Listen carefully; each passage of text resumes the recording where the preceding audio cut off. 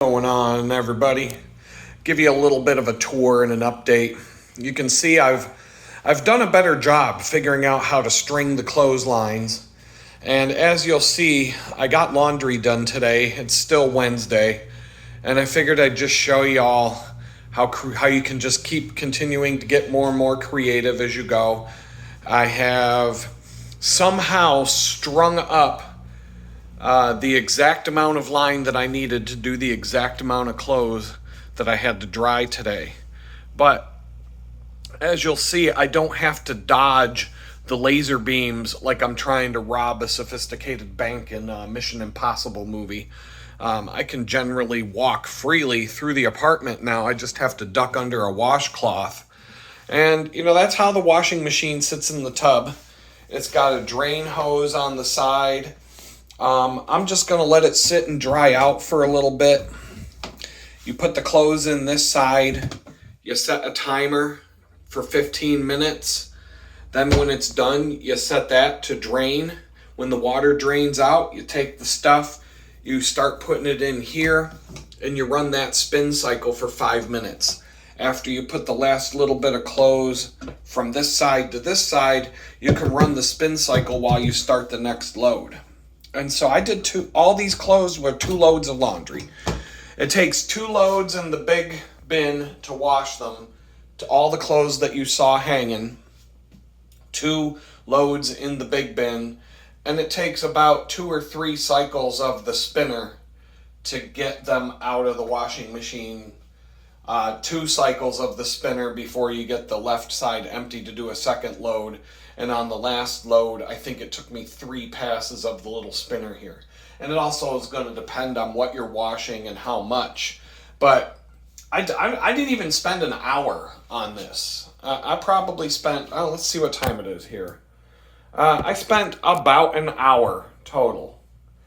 And I also took the time to, I had clothes in that basket. As you can see, I was talking about some bags that I had to empty. All of the bags that were full of clothing are now inside that bin down there. And so you can see things are coming along. So this shelf here is going to be clothing all the way up. As I sort through, and I've got piles of clothing here to sort out. I've got some on that chair. Obviously, I've got stuff hanging up. And one of these 2 boxes here are full of clothes. And so, obviously, at some point, I'm going to have too many clothes to fit on this shelf. But my goal today is to be done with clothing. So I am going to pull one of those boxes out, get all the clothing out of it, and I'm just going to fold and sort and organize clothing so that everything that I wear normally, anything that I'm probably going to wear at some point, will be on this shelf, and probably beyond that there will be some more things that just fit, and then anything else overflow is going to go into one of these storage bins. In fact, the bottom storage bin is the only bin that has anything in it. I've got 1, 2, 3, 4, 5 empty storage bins now. And then I've got these 2 bins that are side by side behind this black bin that have a lot of stuff in them. But as I go, you can see I've got a shelf of some camping gear that made it down here, some photography equipment, some electronic stuff, bicycling stuff, and some bigger bulky things that I can't figure out where to put yet. And then this shelf here is mostly computer and electronic and photography gear. And so this pile right here, these 3 boxes, this empty box here, which I was using for clothing, and this pile here is the only thing, and the clothes, they're the only things that don't really have a home yet in the new place. And so once I get that done, that pile in the corner and all these clothes put away, etc., this is going to look like a clean, tidy, organized place regardless of what I do furniture-wise, regardless of what I do Here's the little clamp mount that I have for a TV whenever the TV shows up or whenever I get one. The dude just completely flaked out. So I don't know what's going on, if I'm getting a TV or not. But I have a mount for it. It was $25. It's not the end of the world. I'm not sending it back because I do plan on putting something there. I'll find something to put there so I can chill and watch a movie when I need to relax and veg out. And so that's how the place is coming along. It's coming along quick. I'm on day 12 living here, I guess that's what it is. And, it's just going to go from there. This whole ghetto clothing line thing is going to get old after a while. Dryer is going to sit right there. It's about the same width as that table that you see, and it won't even come over to the outlet there. It'll just kind of stick out in that space, and I'll still have plenty of room to walk around. I could even probably get a little table to put it on to lift it up off the ground a little bit, and also provide some more space to store things under it. So this place is just going to keep evolving. I'm going to work with what I have, make it the best I possibly can, and then try to find good deals on stuff to fill the space with. And as far as that love seat and stool that I'm really kind of jonesing about, I'm going to look at the money situation and see if I can rob Peter to pay Paul, so to speak, get myself into that. If I can't, I'm not going to fret about it. I got a chair to chill in. It's a comfy chair. I've been chilling in that chair for months, so it's not the end of the world. It's just that I have it in my head what I want this place to be. And the faster I make it happen, the faster I get to sit back, relax, and ride out the rest of a lease without having to spend all the time that I'm spending organizing, moving things around, and figuring out where things go and all that stuff. So I do get in the mindset when I start a project like that, I want to finish it as fast as possible, even if it puts me out and puts me in a bad spot. I'd rather be in a bad spot and have the project done than sit around and squalor with boxes and whatnot. I would not be able to tolerate being in this place with a bunch of boxes everywhere and not knowing where things are and having to dig through piles of stuff to find the clothes I need to wear and all that. So, the basics had to be done. I wasn't going to deal with going to the laundromat. I would have had to go to the laundromat twice. Look at all these clothes. These are what happened between Sunday and today. This is the laundry. I did my laundry on Sunday. There was not a single piece of dirty clothing in the whole place. It's Wednesday, and I had to wash all this stuff. All this stuff that you see here happened between between Sunday and Wednesday. That's 3 days worth of stuff. That's not normal to go through that much stuff in 3 days. But the weather and the cycling, going to the bakery, I have to wear an outfit on my bike to get there. Then I change into clothes to work in. Then I change into clothes to come home in. Typically the same clothes I rode in with, but I take an extra shirt for that. I'm not putting on a sweaty, nasty shirt back on my body. It's bad enough putting shorts on that I already rode in. I may actually start taking in a whole extra cycling outfit with me when I do that. I might even pack a towel because I get so nasty sometimes on these rides.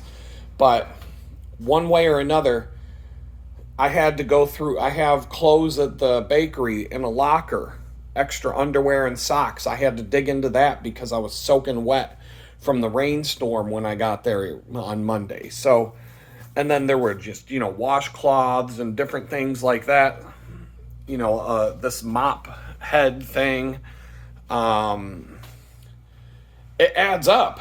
It adds up, and this is how my laundry blew up in just 3 days.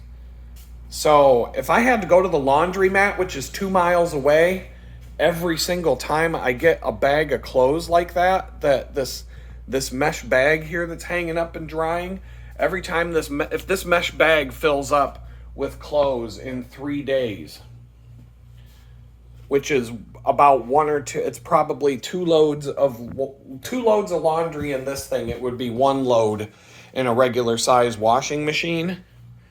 But if I had to go to the laundromat twice a week, I would go crazy. It would be, I wouldn't go. I would only go once a week. But I would have a lot more clothes to wash if I had to go at the end of the week instead of just being able to take time out of my day to day and get it done. It's like 9:30 in the morning and I'm done with laundry. The only thing I have to do is throughout the day, check these things and see what's dry. Anything that's fully dry, just put it in the pile. And of clean clothes over here, the cotton stuff's going to take forever. And then throughout the day, whenever I want to take a break from sitting in front of the computer, just pick up some clothes. I can go over to this table here. Well, at some point in the day, I can come over to this table and I can just sit there and fold clothes and organize and get things put away.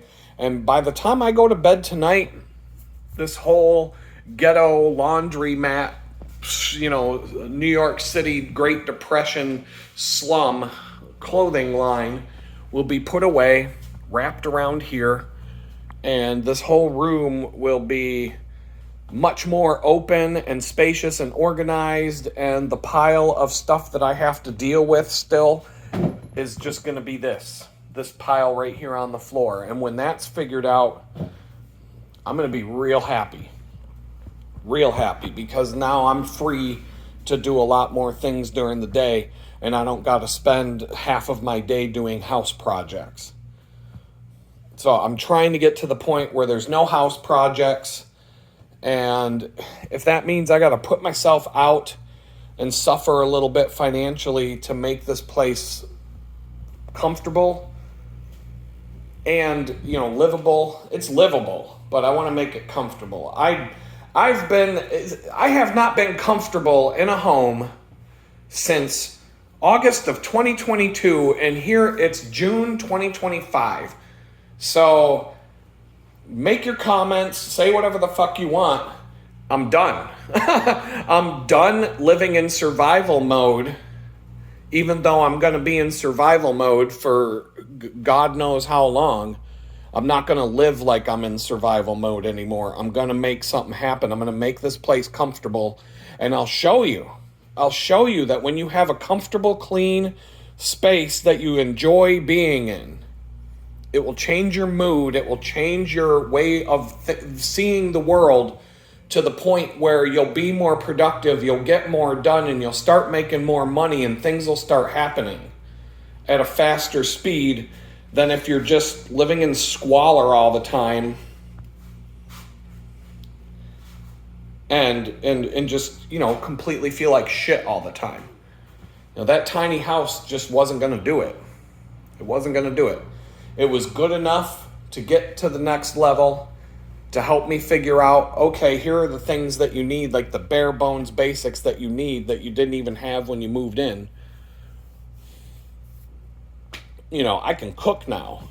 If I moved in here instead of the tiny house, my rent payment would have been higher. I'd be paying an electric bill, and I wouldn't even have anything to cook with when I moved in. So it kind of, in some ways, it was a nice transition to help me get some basic things that I needed that I'm missing, that are like needs, cooking and making your own food and all that kind of stuff. The landlord, when I moved into that tiny house, he asked me, he was just a fucking weirdo. And he had this whole attitude. He's like, what, you cook? And then he said something about how the last guy that lived there never cooked anything. He always just brought food home. And I'm like, yeah, I'm going to go to fucking Burger King every day and bring home meals every day and spend, $300 a week eating when I can make my own food at home. Yeah, that makes a lot of fucking sense. So, anyway, this is the place. This is how it is. I'm, just shooting from the hip. This room is driving me crazy. I can't really access the sink. I still can't take a shower or a bath until I'm going to let this thing dry out for a bit. I'm going to put it back. It goes here next to the water heater, and it's going sideways instead of this way. I wanted it to be between here and here, but it's about 3 to 4 inches too wide that way.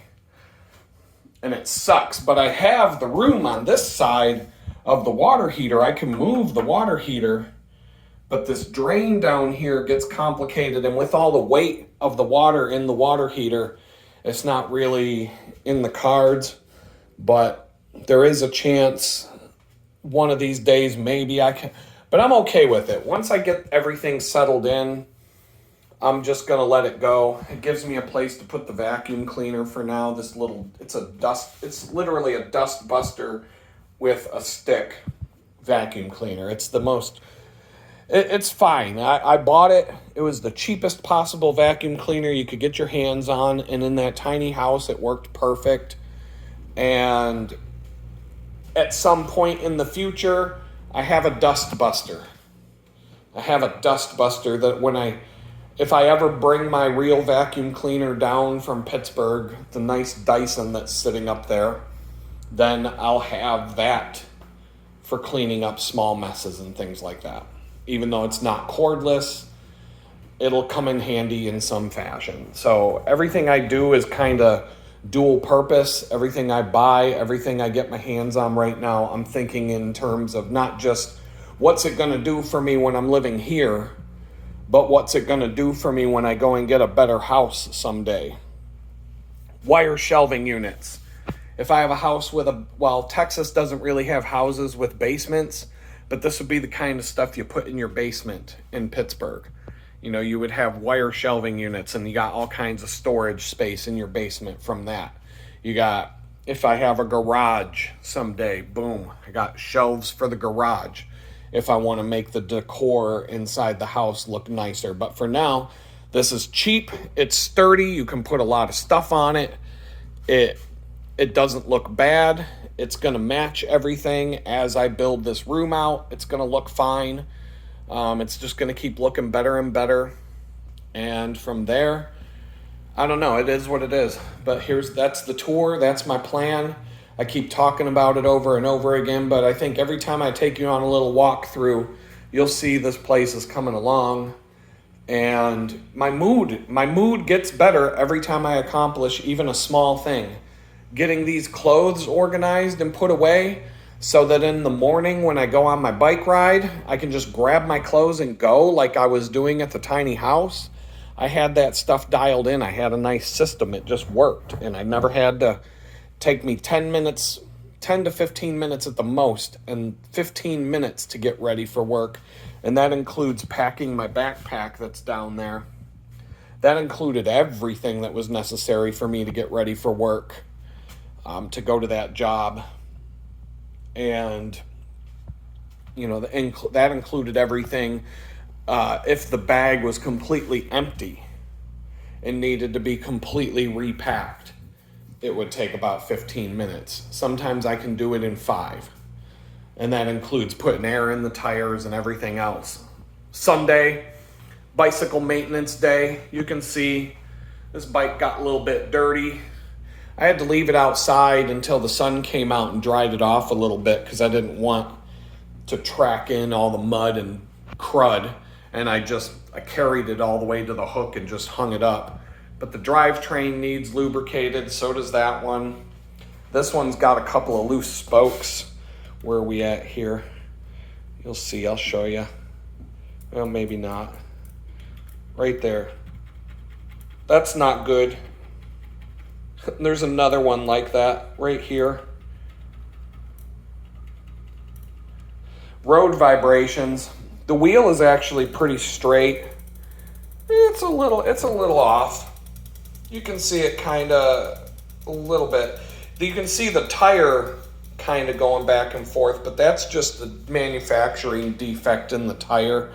But the wheel is pretty straight, and if I rode to work and back, it probably wouldn't give me any problems. But I'm gonna put a little drop of blue Loctite on the spoke nipples. It's a fairly new wheel, and one of the things that'll happen if you ever get new wheels on your bike, you have to be aware, don't go shredding on brand new wheels, because the spokes, your body weight, and just riding the bike and the weight and the forces involved, the spokes are going to settle into place, and they're going to loosen up on you. In fact, if you don't pay any attention to your back, especially your rear wheel when you get a new wheel, and you ride on it for, say you put like 200 miles on it and you never even bother to check the spoke tension, your whole wheel could just loosen up and completely fall apart on you, because you have to, like a new car back in the day. You would have to do an engine service. You'd have to change your oil more frequently in the beginning when your engine's going through the break-in period. I know the cars of today don't have the same kind of break-in period and recommendations that they used to have. But back in the day, when you bought a brand new car, you weren't supposed to drive it hard. You were supposed to drive it for, what is it, like 10,000 miles or something, 5,000 miles, without really doing, don't redline the thing. Don't drive it like a bat out of hell right out of the box. Let the engine, let everything kind of, get together, if you will. And you want to change your oil more frequently in the beginning, because, little metal shavings and things like that are going to get in the system from just the break-in period. The parts haven't really had a chance to vibe together, and they're going to kind of find their home and find how they fit together and all that kind of stuff.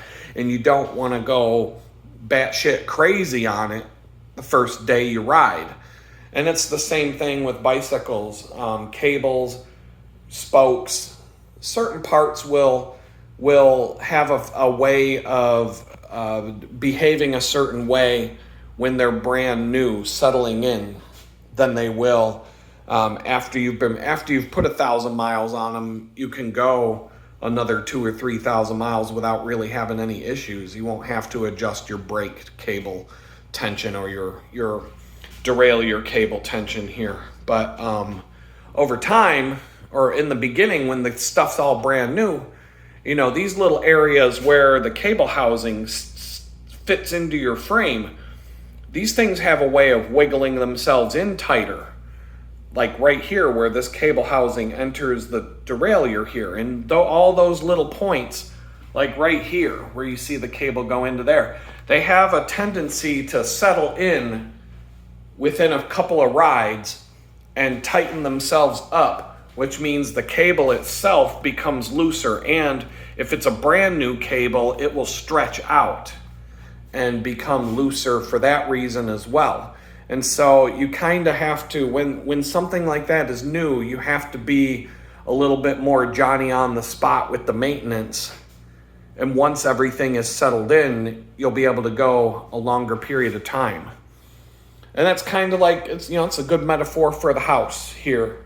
I've got to be Johnny on the spot with getting everything organized, put away, and the quicker I get this house to where I want it to be and where my vision, where my mindset wants it to be in terms of completing the entire, this is how I'm designing the space, and I don't need to buy another piece of furniture. I don't need to, do anything. All I need to do is live in it and deal with small things.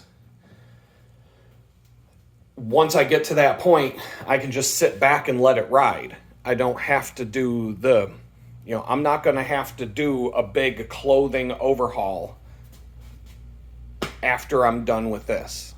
Not until I move again. And at that point, I'll sit down and be like, okay, how many clothes, how much of this stuff did I not wear one time in the last year of my life? Do I really want to take it with me to the next place, or does it go to Goodwill today? That kind of stuff. And just, same thing with like some of this gear. There's photography equipment, there's computer stuff, there's different things on these shelves that I'm going to evaluate and say, all right, yeah, I don't really want that anymore. I have no use for that anymore. I'm just going to go one by one, and everything either has a home or it's gone. I got a couple of watches I got to get rid of. There's a Samsung watch that I've never used. I got it for free, so it wasn't like you can't even activate it anymore on a phone network. And I don't like smart watches. This is the smartest watch I'll ever have, something like a Garmin. I'm never getting an Apple Watch. I'll never have another Samsung watch. I can't stand those things. But a Garmin watch, a better Garmin watch that does all the fitness stuff and has a built-in GPS so that I, have a backup GPS to the other two that I would be using if I travel. That would be nice. But that's not something that's on my list right now that I give a shit about. So anyway, that's the tour, that's the house, that's what I'm doing, that's the plan. And talk to you in a bit. What's up, everybody? It's your boy Adam. Pay no attention to the clothesline behind me, the tenement slumlord, slum New York City apartment style Great Depression clothesline going through the place. Didn't take long to get the laundry done, like I said. Just working through things today that need to get done. And but the bathtub's free and open now. It's the bathtub is ready. I'm actually gonna shave, wash I'm gonna take the clippers and just if they're charged. I'm probably gonna have to plug that thing in and charge it. What's on my foot? It's like a little thorn or something was in my crock. Had a thorn in my crock. A crock of thorns. Anyway, gotta shave this off. It's driving me crazy. I wanted to do it this morning, but laundry felt more important. And why get myself all good looking and do my hair and shave and make myself look better for the whole world to see on YouTube when I can do that after I shoot the video? I mean, priorities, right? And I don't know, maybe I have to do everything more professional. I know what I'm doing for the backdrop. That is just another thing to spend money on. But I know what I'm gonna do. The idea that I had the other day where I was holding the diffusion screen behind me, I was like, that actually, the idea started to churn, and I'm like, yeah, that's gonna work. I'm gonna get one of those, but I'm gonna get a bigger one and a couple of lighting stands to clamp it to, and it'll take 4 spring clamps, a diffusion panel, and 2 cheap lighting tripods. And I'll have a backdrop that I can put away and store in a really compact space, but it'll take less than 2 minutes to set it up. And it'll take less than 2 minutes to put it away when I'm done. For now, I might mess around with stuff that I already have, including that diffusion screen that I already have. But today, it's just not something I want to do. I'm in the process of folding clothes, and just every time I take a little break, I just got a major batch of work done. I'm taking a little bit of a break. I'm gonna shave. I'm gonna do it all in the reverse order that I should do it. I'm gonna go shave and I'm gonna soak in the tub with my weary bones, all that stuff, get all like fresh, clean clothes, so fresh and so clean, and just feel like a better person after the fact. And I might cook up a big giant thing of mac and cheese because I want to go grocery shopping, but boy, did we have a doozy of a thunderstorm today. It came rolling in about 10:30 in the morning. One of the lightning strikes was it was the instantaneous boom when the when the lightning strikes and the boom is simultaneous with the lightning, that means it hit something close by. I feel like it hit less than 1,000 feet away. I don't know where it hit, but it hit something close. And the thunder was so loud it was shaking the house. That was the only strike that was close. All the other strikes were about a mile to 2.5 miles away. But the thunder that was rolling through was ridiculously loud. It was like straight up, we're in the tropics, and it's thunderstorm season now. And so it was pretty intense. One of the more intense ones I've seen here so far. But the lightning, I unplugged my laptop. I unplugged certain things if I'm home and I'm like, yeah, I don't want a power surge frying all of my stuff. So I'll try to unplug certain things, especially my computer, and just work off the battery. But no power outages, nothing. I mean, this place is pretty decent over here where I live. I get a good internet connection with T-Mobile. I was about to roast these people at T-Mobile with a 1-star review, and now I'm like, I'm gonna give them like 2 or 3 stars. I don't know. Right now it's about 2, 3, back and forth. I don't know. It's somewhere in there right now, and it has more to do with their customer service being terrible.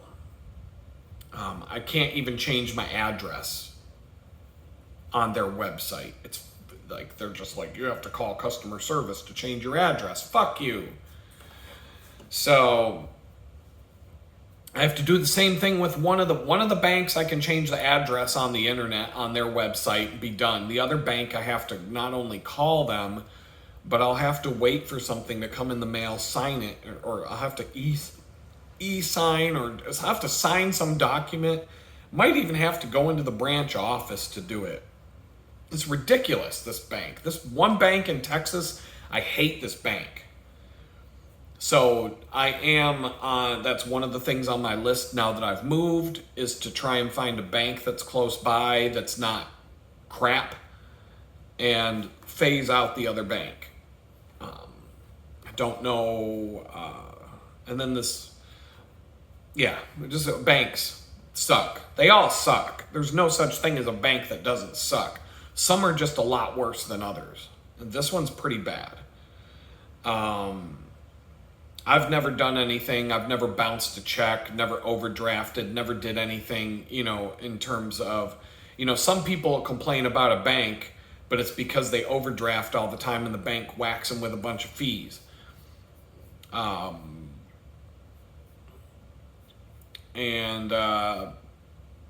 that's on you if that's what happened. So anyway, I don't know. Things are just moving along, and I did get notification from my probation officer that he's going to come and take a look at the place on Friday, and it's Wednesday.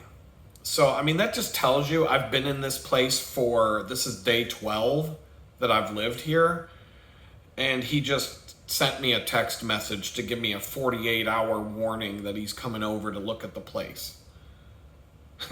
If the probation officer was truly up my ass or concerned or trying to make sure that I'm, walking the straight path, if you will, he wouldn't be giving me a 48-hour notice. Hey, make sure you hide your weed and the guns because I'm coming over. You know what I'm saying? So I don't have to worry too much about that. The place is clean to begin with, but I won't have the tenement, laundry line with clothes hanging up to dry. And I'll make sure I like to have a presentable place when people come over, regardless of what they're coming over for. And I just like to live in an organized, clean place. And I think by the time Friday morning gets here, that whole pile of disorganized stuff that I'm still working through is going to be a pile. It's going to be non-existent. There's going to be no pile there anymore. Let's see.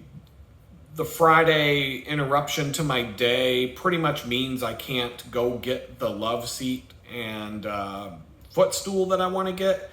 It's Ekhorns, Ekornes.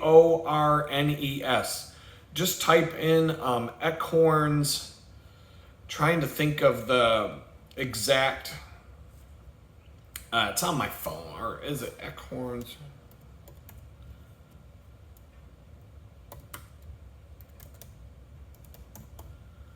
Can't remember the name of it.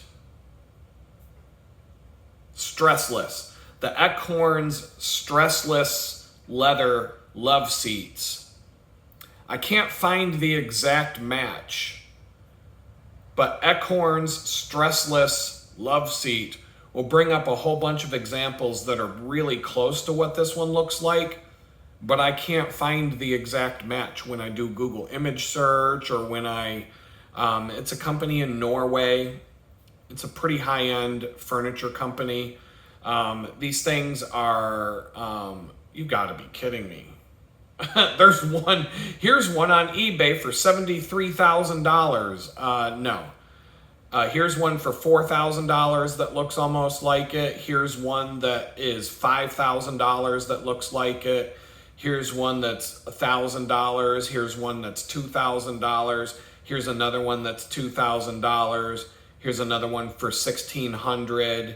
Here's another one here, all of this.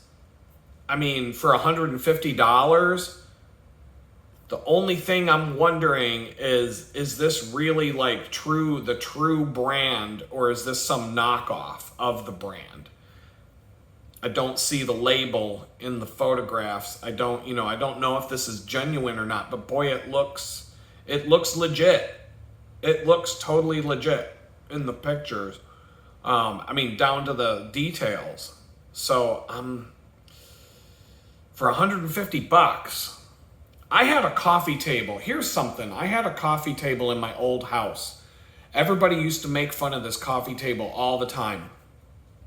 I bought it at a thrift store when I was in art school for $10.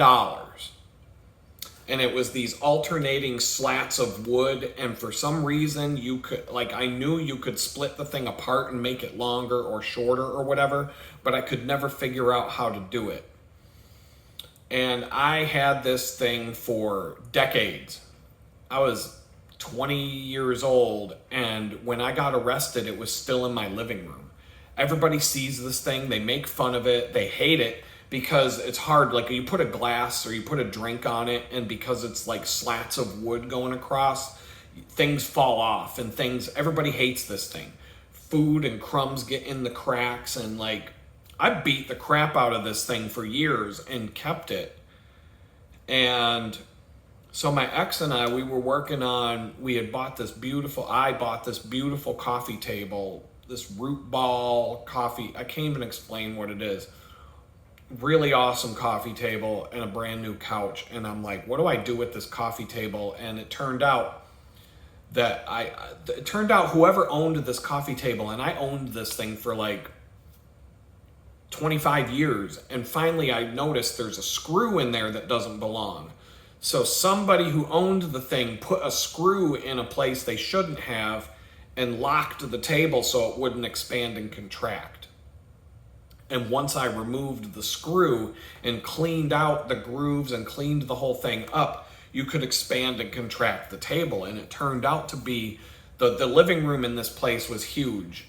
It was like a living room and a dining room combined, probably as big as the room I'm in right now, maybe bigger. And so half of it was a living room, half was a dining room, and the couch was kind of in the middle of the room, splitting it off. And so I put this coffee table behind the couch with a decorative bowl on it that I had, this fancy bowl. Don't even ask. It was instead of Christmas bonuses at this one company I worked at, the owner would just give everybody fancy bowls and dishes and shit. I had a $500 bowl instead of a Christmas bonus. And I'm like, oh, but I got this fancy bowl. And so this fancy bowl followed me all over the place. People are like, oh, that's neat. And I'm like, yeah. And then I would tell them the story about how, yeah, I got a $500 bowl from my boss for Christmas, but no Christmas bonus this year. I would have rather had $500 in my paycheck. But, you know, such is life. And but anyway, I made it. So this coffee table, it expanded. We cleaned it up. It looked really beautiful. And I'm like, what the hell is this thing? And I Googled this thing. This thing's worth like $1,000. This fucking coffee table that I've had for 30 years, I bought for $10. They're all over well, they're not all over the internet. I can't even remember the name to look it up. But this is like a famous designer coffee table that like people seek. And the ones that I saw for sale, anywhere from $1,000 and up for this fucking coffee table. Same exact table, identical to the one I have. And I'm like, son of a bitch. I need to like refinish this thing, because I did it wasn't completely bad, but you know, we did a really good job like cleaning it off. And then I took mineral oil and rubbed mineral oil into it to kind of bring back some of the wood, make it look nice again. And so it looked pretty nice. But I mean, you could tell this thing has been used for 30 plus years, and nobody gave a crap that this thing is worth $1,000. So it's probably not. My version of it probably wasn't worth $1,000, but it was worth hundreds of dollars. And I never knew. Everybody thought this ghetto ass coffee table was a piece of junk, and everybody hated it. Everybody made fun of it the whole time I had it. It somehow followed me every place I ever live, and I still have it to this day. It's in a garage in Pittsburgh. But this thing is worth money. And so like, I just have this knack for finding furniture and things like that I just have an eye for these things. That is something I could do for a living. No problem, no doubt. I can go barn hunt. You know, I can do that shit, the American Pickers thing, and I can go into a barn full of junk and zero right in on the most valuable things in the barn. I just have a knack for it. I've been thrifting and garage sale hopping since I was a little kid. So I know what to look. I have that eye. I do this shit. I have done this thing I have done this stuff so much. You know, I got a $2,000 Lovesac beanbag chair, almost brand spanking new, for free, because someone wanted to get rid of it. And I just happened to look at the right place at the right time. I mean, just always. So, you know, I always wondered what my house contents would be worth before I was arrested. Like, there were times where I'm just like, if I was really in a pinch and I needed to liquidate everything in this house and turn it into a store and just yard sale it off, but maybe not yard sale it away, but like list it all on Craigslist and eBay and stuff like that, and try to get top dollar for it all, and put haggle-worthy prices, like put high prices on everything, knowing that people are gonna come and haggle at me. Like, I always wondered, I'd make tens of thousands of dollars doing that back in the day at that house. And I can easily like buy things, use them for years, and then sell them for twice as much as I paid for them after I'm done with the thing. And this love seat that I'm looking at is one of those things. I could buy it, put it in here, keep it forever if that's what I want to do. But at the day that I got to get rid of the thing, I could probably sell it for twice as much as I pay for it. And whoever buys it's still getting a deal. So I don't know, man. This thing really makes me wanna. But you know, such is fate. The PO decides to come over on Friday, and I'm like, well, that puts the kibosh on me being able to do that on Friday, and that's fine, because maybe I'm gonna try and finagle a freaking insane deal on this. And if I can recruit my best, I hate to do it, but if I could possibly recruit my best friend to help me go get the thing and just pay him for gas and his time, it might be cheaper. To be honest, though, to be fair, to like really like, I would have to give my friend the same amount of money that it would cost me to get a U-Haul and go get the thing. To be honest and to be fair, because that's a bit of a drive. I would need to like, but it's just I see something like that, and this isn't like some, this isn't some, I don't know what the word is. This isn't some fly-by-night, regular old love seat thing that, some regular old thing that you're just like, you can let it go. This is like a unicorn that shows up when something like this pops up, and it's just like, oh, it's hard to let go of that. Especially for a deal like this, like I could buy this thing and turn around and use it to pay rent if I wanted to. But that is something that I can think about, in the future, that there's a self-storage place right down the street. Now, do I want to be like a fucking hoarder? But like, if I was systematic about this, I could get a self-storage unit for the sole purpose of buying and selling things and use it as like a store. If somebody wants to buy something, they can come meet me at the unit and I'll just boom right there. I mean, you would have to have a self-storage unit where the people are actually cool with you doing something like that. Like, I wouldn't want to just like, I don't know. I would want to do it with they're an independently owned self-storage unit. I think there's a house, there's an auto mechanics business right here, and on the other side of the house, there's the self-storage place. And there's a locking gate for the self-storage place. I feel like whoever lives in that house owns all of that shit. And then some. And so that seems like the kind of people that would be cool with, doing something like that. So I'm just curious. This is something I could do right here and make extra money without putting in tons of time, because this is all internet based, Facebook Marketplace / I'm a photographer, so I'm going to take better pictures of everything than most people would in their ads, buying and selling bicycles. People who sell bicycles online don't take good pictures. They take photos of the wrong side of the bike. They take pictures of the non-drive side. But when you're buying a bike, you want to look at the components. You don't want to see a photo from the opposite side of the chain and the drivetrain. You want to see a close-up of the drivetrain and all the parts. You want to, the rear derailleur, what is it? The brake levers, the crank arms, all those things. So the buying and selling bicycles game, though, that's not the same as it was about 15, 20 years ago. There was a sweet spot period where I could buy bicycles for $20 or less and flip them for $200-300 a piece, all fucking day. And then all of a sudden, all kinds of people started catching on to that, not just me. And the market for the sourcing the bikes, the garage sales, the thrift stores, they started to be cleaned out.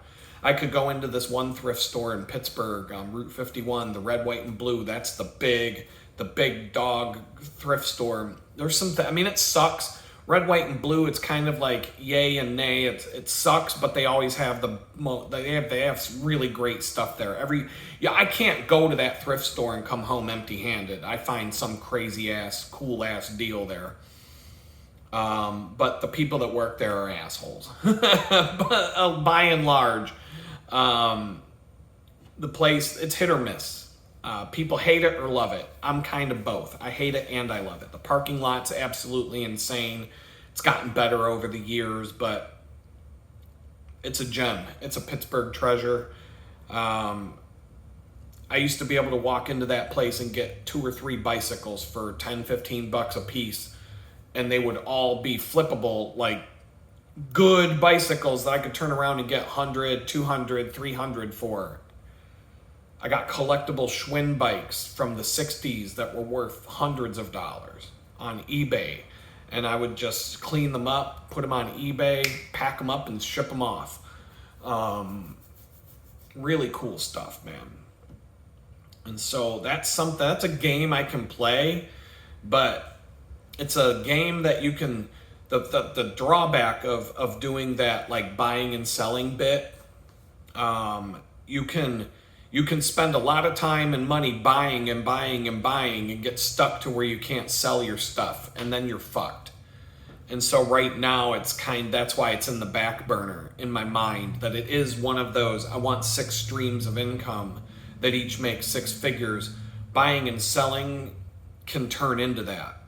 You see YouTube channels of flippers all the time going to different thrift stores and stuff like that, and talking about, it's almost like I wouldn't want to do that. I don't want to give away the secrets of how I do all the stuff, and and then I'll all of a sudden not be able to do it anymore because the market's too saturated and you can't do it anymore. But then on the flip side, I could do it and then turn around and make videos about doing it and make tons of money off the videos doing it. So, I don't know. When things get really popular, it kind of gets ruined.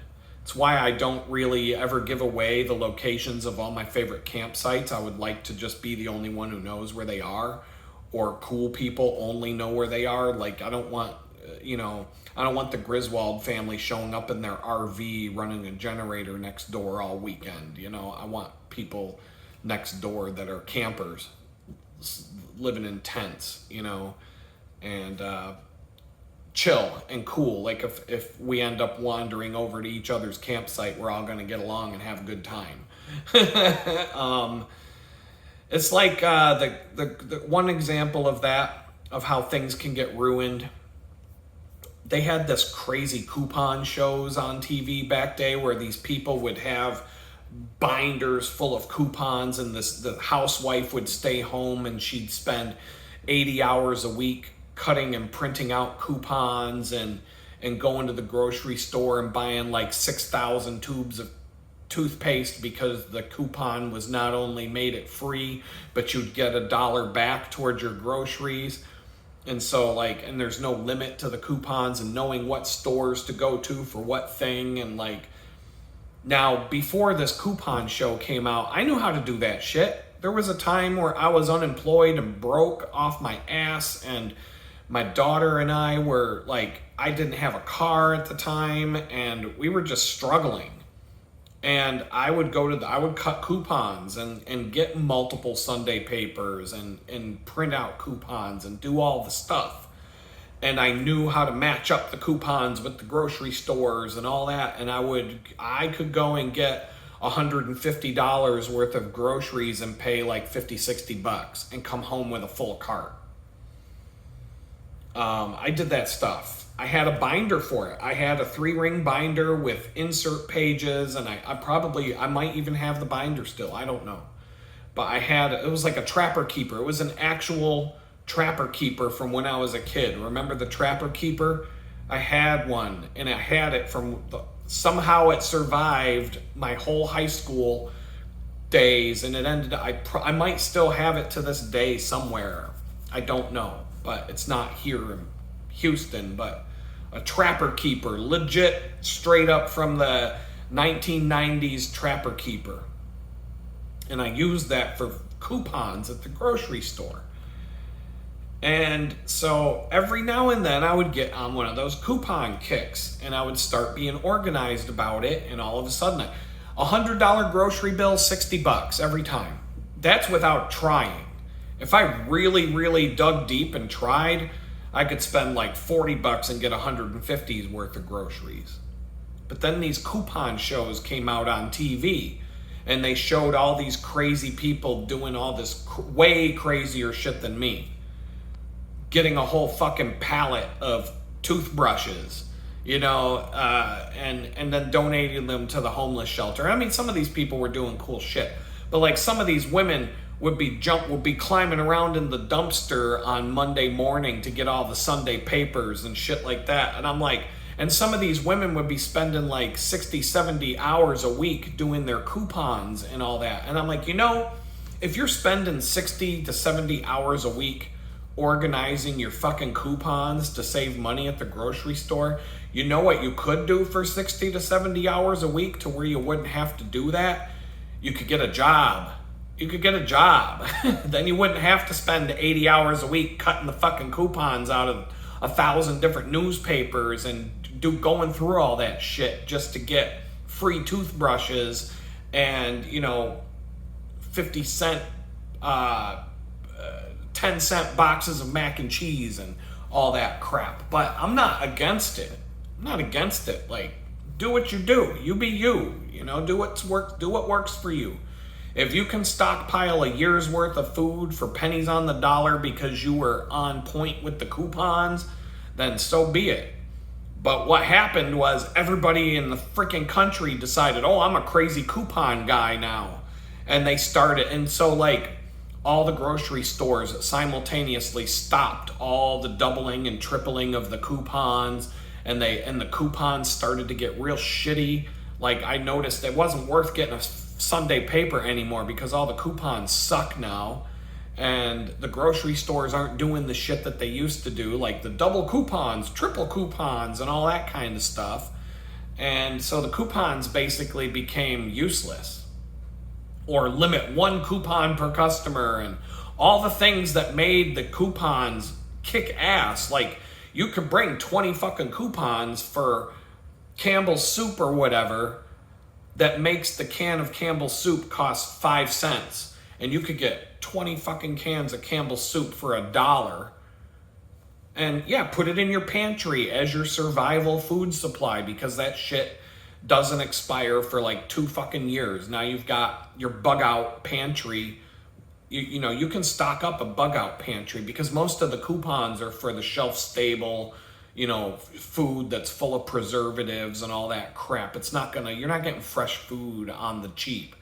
But what you're getting is a stockpile of stuff in your pantry, so when the fucking shit hits the fan and grocery stores don't have any food and there's riots all over the streets, just like in Los Angeles and whatnot, and if that goes nationwide, you got some food. I mean, a can of Campbell's soup isn't going to be... You're not going to turn down a can of Campbell's soup if you're fucking hungry and you haven't eaten in 2 days.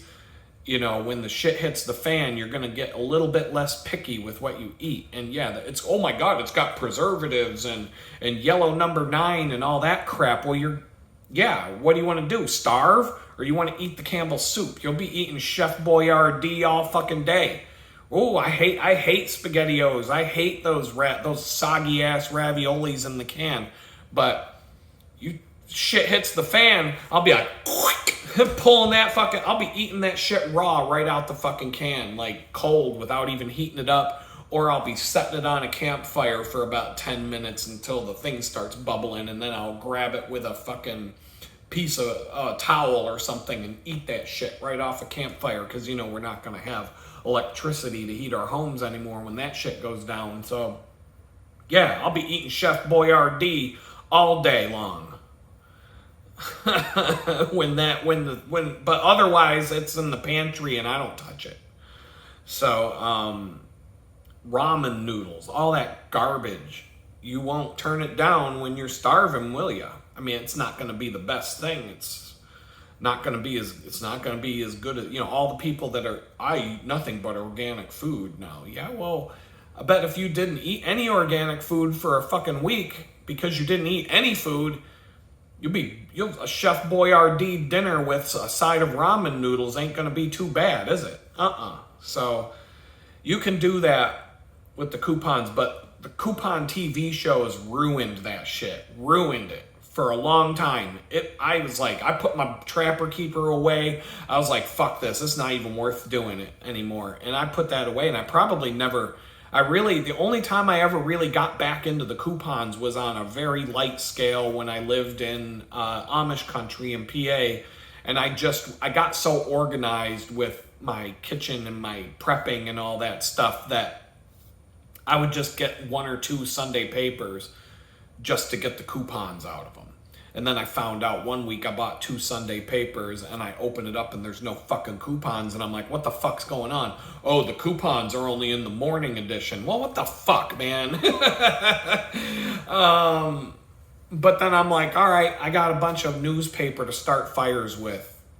Throw it in my camping box, throw it in, put it in a couple of spots where I, put it in a box where I take it out to the fire pit when it's time to start our bonfires, over the summer and whatnot. So I'm not going to let it go to waste, but at the same time, it's like, why did I even spend $3 on 2 Sunday papers when I couldn't even get any fucking coupons out of them? And then I found out, this is another thing they did because of the coupon TV shows ruined coupons.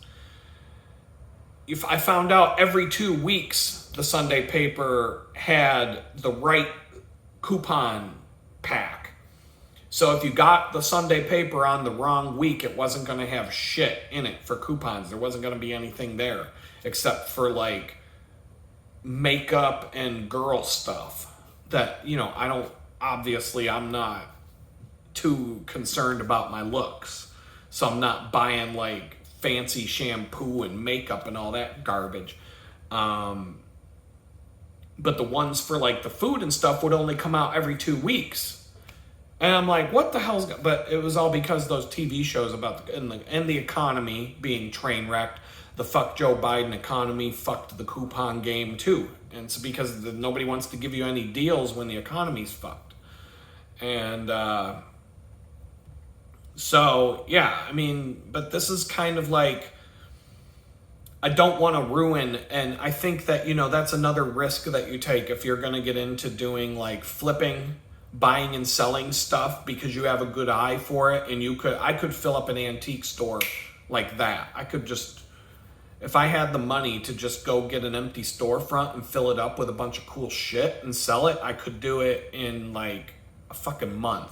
I could have that store rocking with all kinds of cool shit that I got at such a price that it would be, that I'm making money even if I haggle with people.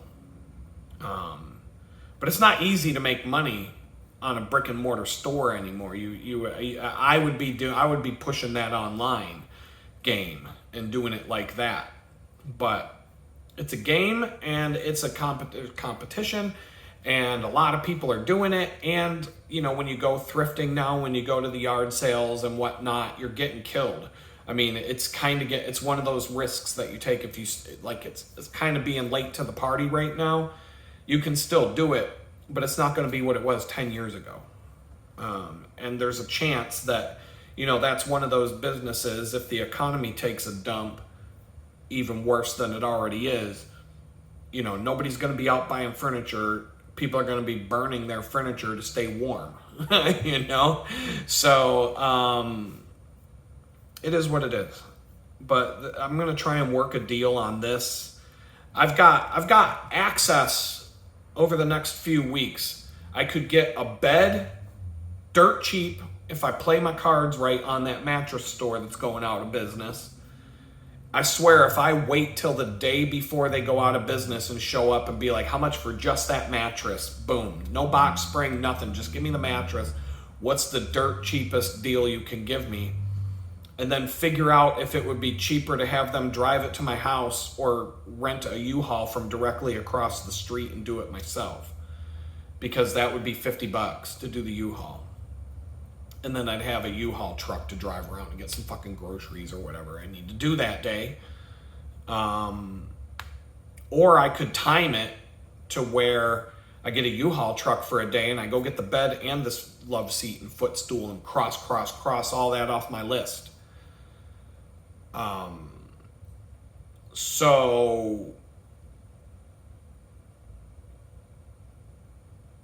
But money, money's tight. I want to get a car. I want to pay my next month's rent. So it is what it is. I'm just kind of, you're going to see me doing this in these videos for the next month, probably.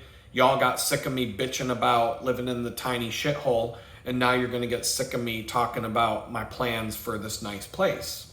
It's not the best place I've ever lived, but it's nice, it's comfortable, it's clean, it's exactly what I needed to find, to be honest. Size wise, I mean, this is way better. This is better than the garage apartment that I wanted to move into. It's better. It's better because the property owner, he's here a lot, but he's not up my ass at all. He's not, you know, it's not that I'm never going to see the guy, but he's just, you know, I'm never going to have a problem with him unless I don't pay the rent. And that's how it's supposed to be. That's how things are supposed to be. Or if I do something to destroy his property, but I would rather do the opposite and leave the property better than I arrived. Like if I can fix the wall outlets that aren't working right now. If I can do a couple of little things like that here and there. And maybe, you know, there's some things like if I have to drill a hole in the wall to mount something, maybe just leave it there when I leave, and like paper towel holder or something like that, and just little touches here and there when I leave. If I don't want to take some certain things with me because I have no need for it or whatever, just leave it behind and be like, hey, you know, it's like a campsite. I always try to leave a campsite better than I found it.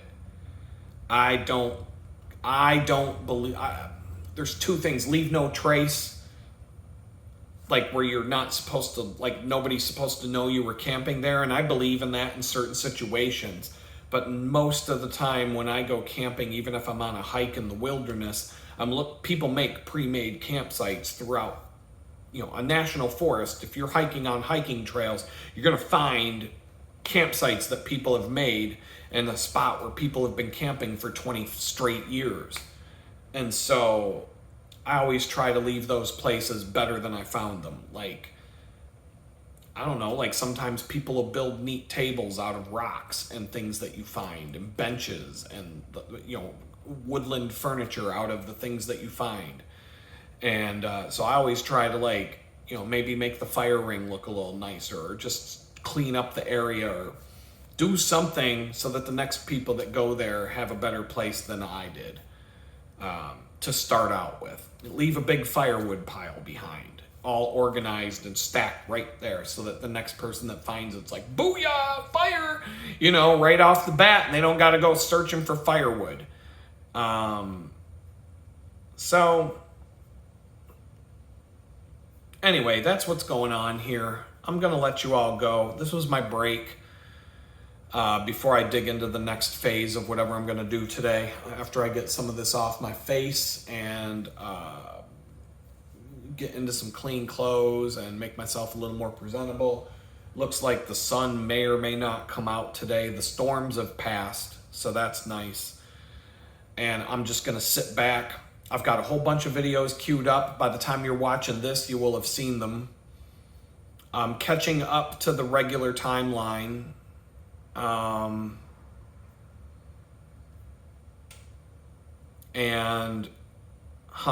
It's just, yeah, I'm looking at some stuff that I shouldn't be looking at while I'm talking to you guys. But anyway, I'm going to talk to you later. Peace out.